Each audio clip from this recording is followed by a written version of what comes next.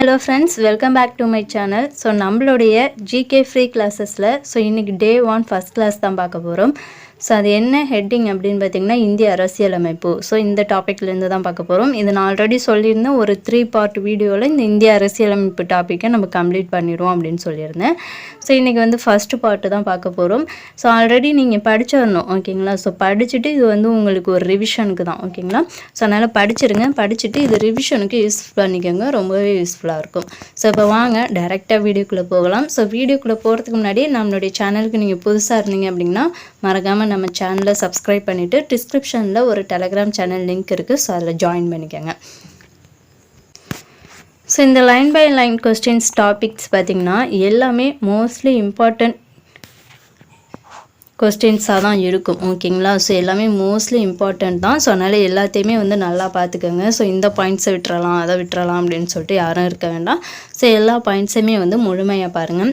அதே மாதிரி இந்த பிடிஎஃப் கேட்பீங்க. ஸோ ஆல்ரெடி நான் சொன்ன மாதிரி 3 பார்ட்டை வந்து கம்ப்ளீட் பண்ணோன்னே நான் உங்களுக்கு வந்து இந்த பிடிஎஃப் தரேன், ஓகேங்களா? ஸோ இப்போ வாங்க வீடியோக்குள்ளே போகலாம். அரசியலமைப்பு. ஸோ இந்திய அரசியலமைப்பு தான் நம்ம நாட்டோட உயர்ந்தபட்ச சட்டமாக வந்து கருதப்படுது. ஸோ இந்த இந்திய அரசியலமைப்பு சட்டம் எப்போ நடைமுறைக்கு வந்தது அப்படின்னு பார்த்திங்கன்னா 1950 ஜனவரி 26 வந்து நடைமுறைக்கு வந்தது.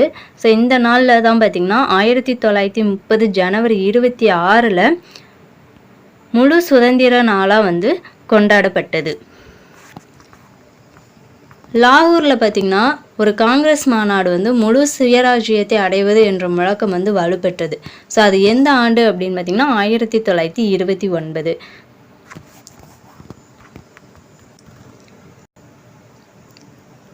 இந்திய அரசமைப்பு நிர்ணய மன்றம் என்ற அமைப்பு வந்து 1946 வந்து உருவாக்குனாங்க. ஸோ இந்திய அரசியல் நிர்ணய சபையோட தலைவராக யார் இருந்தார் அப்படின்னு பார்த்திங்கன்னா டாக்டர் ராஜேந்திர பிரசாத். ஸோ இந்த இந்திய அரசியல் நிர்ணய சபையில் 389 உறுப்பினர்கள் இருந்தாங்க.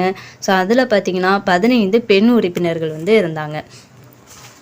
சட்ட வரைவு குழுவில் வந்து மொத்தம் 7 உறுப்பினர்கள் வந்து இருந்தாங்க.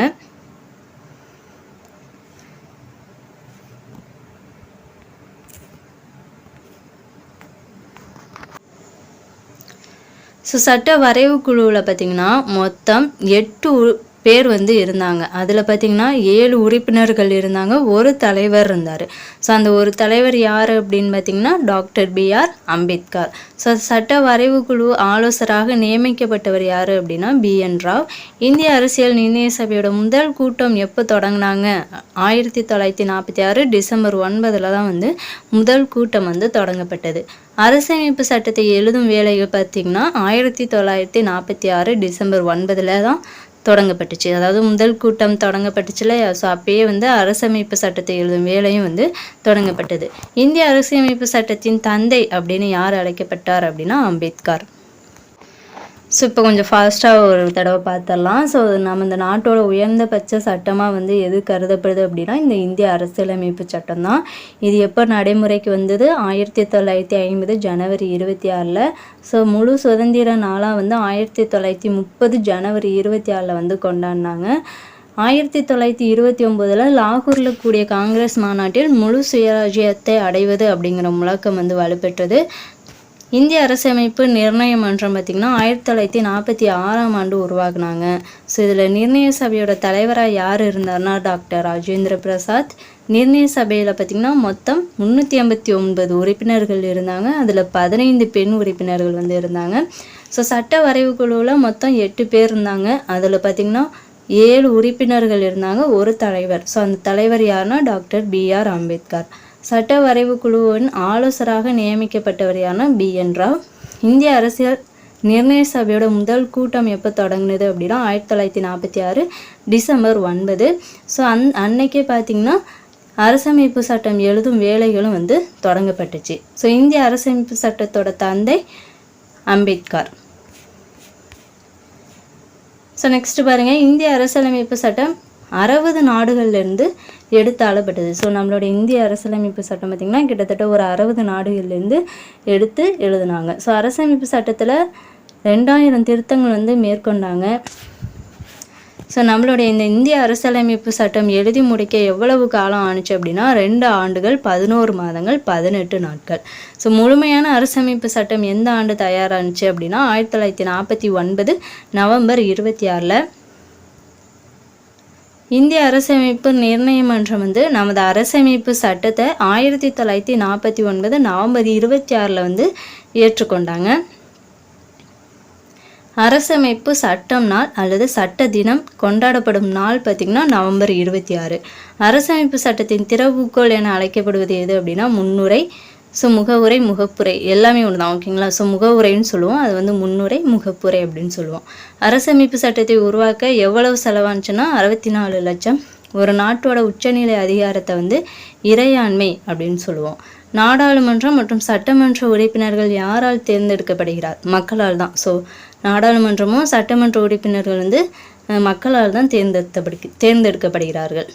இந்திய அரசு சட்டமன்றம் வழியே தான் ஆளப்படுகிறது.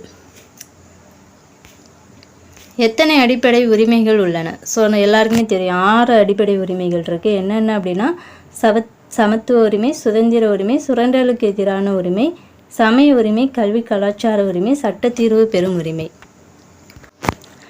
ஓட்டளிக்கும் வயது பார்த்திங்கன்னா 18. அரசமைப்பு சட்ட வரைவு குழுவின் உறுப்பினர்கள் யார் அப்படின்னா அம்பேத்கர். ஸோ இவர் தான் தலைவராக இருந்தார். PN ராவ் சட்ட ஆலோசகராக இருந்தார்.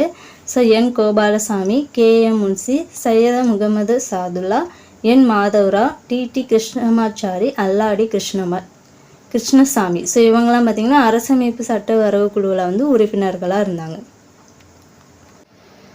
ஸோ நம்மளுடைய அரசியல் சட்டம் உருவான போது எத்தனை உறுப்புகள், பகுதிகள், அட்டவணைகள் இருந்துச்சு அப்படிங்கிறத பார்க்கலாம். ஸோ 395 உறுப்புகள் இருந்துச்சு, 22 பகுதிகள் இருந்துச்சு, 8 அட்டவணைகள் இருந்துச்சு, ஓகேங்களா. ஸோ இது இதுக்கு முன்னாடி உள்ளது. இப்போ தற்போது பார்த்திங்கன்னா 465 உறுப்புகளும் 25 பகுதிகளும் 12 அட்டவணைகளும் உள்ளன.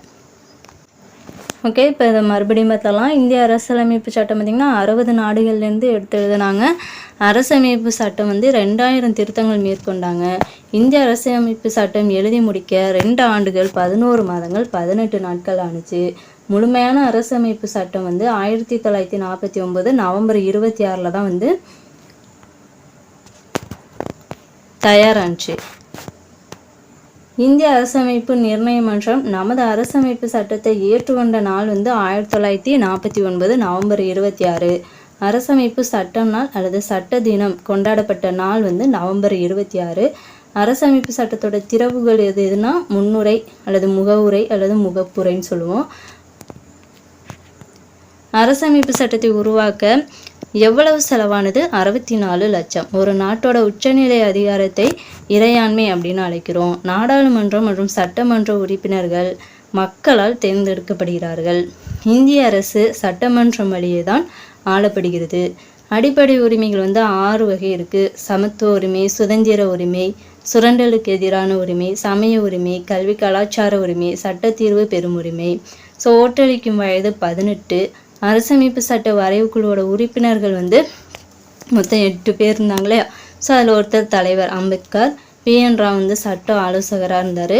KN Gopalaswamy, KM Munshi, Syed Mohammed Saadulla, N Madhavrao, TT Krishnamachari, Alladi Krishnasamy. நமது அரசியல் சட்டம் உருவான போது எத்தனை உறுப்புகள், பகுதிகள், அட்டவணைகள் இருந்துச்சு அப்படின்னா 395 உறுப்புகள், 22 பகுதிகள், 8 அட்டவணைகள் இருந்துச்சு. ஸோ இப்போ பார்த்தீங்கன்னா 465 உறுப்புகளும் 25 பகுதிகளும் 12 அட்டவணைகளும் இருக்குது. ஸோ நெக்ஸ்ட் பாருங்கள், அரசமைப்பு சட்டம் 16/9/2016 வரை 101 முறை திருத்தப்பட்டுள்ளது. இந்திய அரசமைப்பு சட்டத்தின் உண்மை பிரதி எங்கே பாதுகாக்கப்படுதுன்னா நாடாளுமன்றத்தின் நூலகத்தில், அதாவது இந்திய ஆங்கில மொழியில் ஹீலியம் வாயு நிரப்பப்பட்ட பேழையில் வச்சு பாதுகாக்கப்படுது.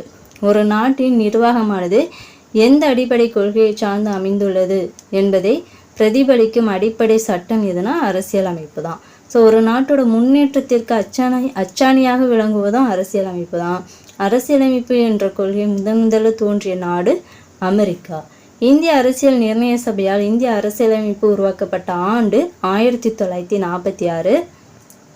ஸோ எந்த திட்டத்தின் கீழ் அப்படின்னா அமைச்சரவை தூதுக்குழு திட்டத்தின் கீழ் இது உருவானுச்சு. இந்திய அரசியல் நிர்ணய சபையில் எத்தனை உறுப்பினர்கள் இருந்தாங்க? 389 உறுப்பினர்கள் இருந்தாங்க. ஸோ அதில் பார்த்திங்கன்னா 292 மாகாண பிரதிநிதிகளும் 93 சுதேச அரசுகளின் நியமன உறுப்பினர்களும், ஒரு பலுசிஸ்தான் சார்பில் ஒருவரும், 3 மாகாண முதன்மை ஆணையர்கள் சார்பில் 3 இருந்தாங்க. ஸோ அரசியல் நிர்ணய சபையோட கூட்டத்தொடர் பார்த்திங்கன்னா 11 அமர்வுகளாக 166 நாட்கள் வந்து நடைபெற்றுச்சு. இந்திய அரசியலமைப்பு சட்டம் யாரால் எழுதப்பட்டது? பிரேம் பிகாரி நரேன் ரைஜடா. ஸோ இவர் வந்து இத்தாலிய பாணியில் கைப்பட எழுதப்பட்டது தான் இந்த இந்திய அரசியலமைப்பு சட்டம். உலகில் உள்ள எழுதப்பட்ட அனைத்து அரசியலமைப்புகளை விடவும் நீளமானது எதுனா நம்மளோட இந்திய அரசியலமைப்பு தான். ஸோ இந்தியா கூட்டாட்சி முறை அரசாங்கத்தை வந்து ஏற்படுத்துது. வயது வந்தோர் வாக்குரிமை எத்தனை அப்படின்னா 18 தான். முகவுரை என்ற சொல் அரசியலமைப்பிற்கு அறிமுகம் அல்லது முன்னுரை என்பதை குறிக்கிறது. அரசியலமைப்பின் திறவுகள் ஆல்ரெடி பார்த்தது தான் முகவுரை. ஜவஹர்லால் நேருவின் குறிக்கோள் தீர்மானம் எந்த ஆண்டு ஏற்றுக்கொள்ளப்பட்டதுன்னா 1947 ஜனவரி 22. ஸோ முகவுரை எத்தனை முறை திருத்திருக்காங்க அப்படின்னா ஒரு முறை. ஸோ முகவுரை எந்த ஆண்டு திருத்தப்பட்டது? 1976 42வது சட்ட திருத்தத்தின்படி இந்த முகவுரையை வந்து திருத்தம் செஞ்சுருக்காங்க. ஸோ முகவுரையில் சேர்க்கப்பட்ட புதிய சொற்கள் என்னென்ன அப்படின்னா சமதர்மம், சமய சார்பின்மை, ஒருமைப்பாடு. இந்திய மக்களாகிய நாம் அப்படிங்கிற சொற்களோடு தான் இந்த அரசியலமைப்போட முகவுரை வந்து தொடங்கும். பிரெஞ்சு புரட்சி நடந்த ஆண்டு 1789. இந்திய அரசியலமைப்பின் முகவுரையில் எந்த முழக்கங்களுக்கு முக்கியத்துவம் தரப்பட்டுள்ளது அப்படின்னு பார்த்திங்கன்னா சுதந்திரம், சமத்துவம், சகோதரத்துவம்.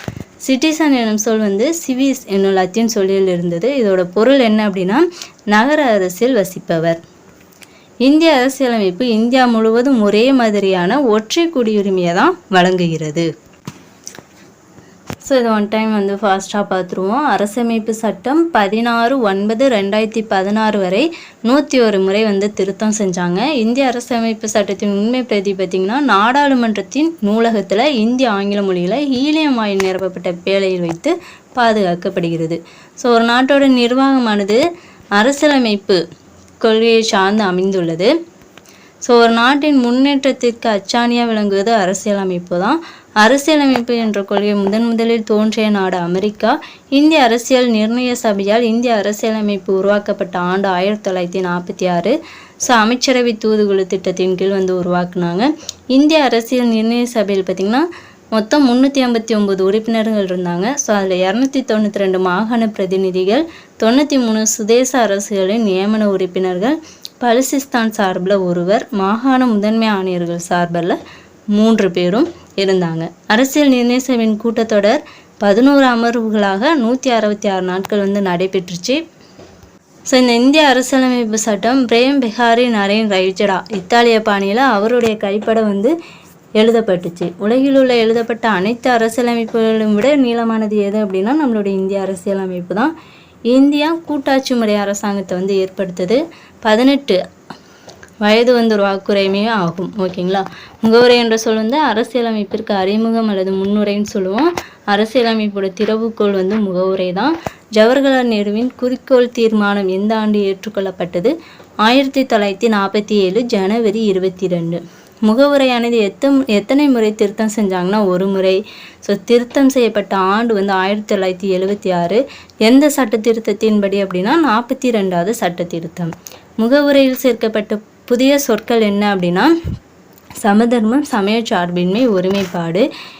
இந்த முகவுரை பார்த்திங்கன்னா இந்திய மக்களாகிய நாம் அப்படிங்கிற சொற்களோடனா ஸ்டார்ட் ஆகும். ஓகேங்களா. பிரெஞ்சு புரட்சி நடந்த ஆண்டு 1789. இந்திய அரசியலமைப்பின் முகப்புரையில் எந்த முழக்கங்களுக்கு முக்கியத்துவம் தந்தாங்க அப்படின்னா சுதந்திரம், சமத்துவம், சகோதரத்துவம். சிட்டிசன் என்னும் சொல் சிவிஸ் அப்படிங்கிற லத்தீன் சொல்லில் இருந்தது. ஸோ இதோட பொருள் பார்த்திங்கன்னா நகர அரசில் வசிப்பவர். இந்திய அரசியலமைப்பு இந்தியா முழுவதும் ஒரே மாதிரியான ஒற்றை குடியுரிமையை வந்து வழங்குகிறது. குடியுரிமை பற்றி விளக்கும் சட்டப்பிரிவு எது அப்படின்னா பகுதி 2 சட்டப்பிரிவு 5லேருந்து 11 வரை ஆகும். குடியுரிமை சட்டம் எந்த ஆண்டு இயற்றப்பட்டது? 1955. குடியுரிமை சட்டம் அரசியலமைப்பு சட்ட திருத்தத்தால் 9 முறை வந்து திருத்தப்பட்டுள்ளது. இந்திய குடியுரிமையை எத்தனை வழிகளை பெற முடியும்? நம்ம 5 வழிகளை பெறலாம். ஸோ பிறப்பின் மூலம், வம்சாவளி மூலம், பதிவின் மூலம், இயல்புரிமை மூலம், பிரதேச நாடுகள் இணைவின் மூலம் வந்து நம்ம இந்திய குடியுரிமையை வந்து பெற முடியும். குடியுரிமையை இழத்தல் பார்த்திங்கன்னா 3 வழிகளில் வந்து இழக்கலாம்.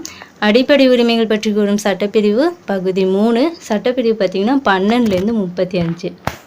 அடிப்படை உரிமை எந்த நாட்டிலேருந்து பெறப்பட்டது? அமெரிக்கா. அடிப்படை உரிமைகள் எத்தனை உள்ளது அப்படின்னா ஆரம்பத்தில் 7 இருந்துச்சு, இப்போ பார்த்திங்கன்னா 6 தான் இருக்குது. அரசியலமைப்பின் பகுதி 3 இந்தியாவின் மகாசாசனம் அப்படின்னு அழைக்கப்படுது. அரசியலமைப்பின் பாதுகாவலன் என அழைக்கப்படுவது எதுனா உச்ச நீதிமன்றம். அரசியலமைப்பு சட்டப்பிரிவு 32 இந்திய அரசியலமைப்பின் இதயம் மற்றும் ஆன்மா அப்படின்னு கூறியவர் யார் அப்படின்னா அம்பேத்கர். உச்ச நீதிமன்றம் மற்றும் உயர் நீதிமன்றம் இரண்டுமே எத்தனை வகையான நீதி பேராணைகளை வெளியிட அதிகாரம் பெற்றுள்ளது? 5 வகை. ஸோ அது என்னென்ன அப்படின்னா ஆட்கொணர்வு நீதி பேராணை, கட்டளையுறுத்தும் நீதி பேராணை, தடையுறுத்தும் நீதி பேராணை, ஆவண கேட்பு நீதி பேராணை, தகுதி முறை வினவும் நீதி பேராணை. ஸோ ஃபைனலாக பார்த்தீங்கன்னா பார்ட் 1 வீடியோ வந்து நம்ம கம்ப்ளீட் பண்ணிட்டோம். ஓகேங்களா? ஸோ ரிவிஷனுக்கும் உங்களுக்கு ரொம்ப யூஸ்ஃபுல்லாக இருந்திருக்கும் அப்படின்னு நம்புகிறேன். ஸோ உங்களுக்கு இது பயனுள்ளதாக இருந்துச்சு அப்படின்னு நம்புனீங்கன்னா அந்த வீடியோவுக்கு ஒரு லைக் பண்ணிடுங்க. ஸோ நெக்ஸ்ட் பார்ட்டில் பார்க்கலாம். Thank you to all.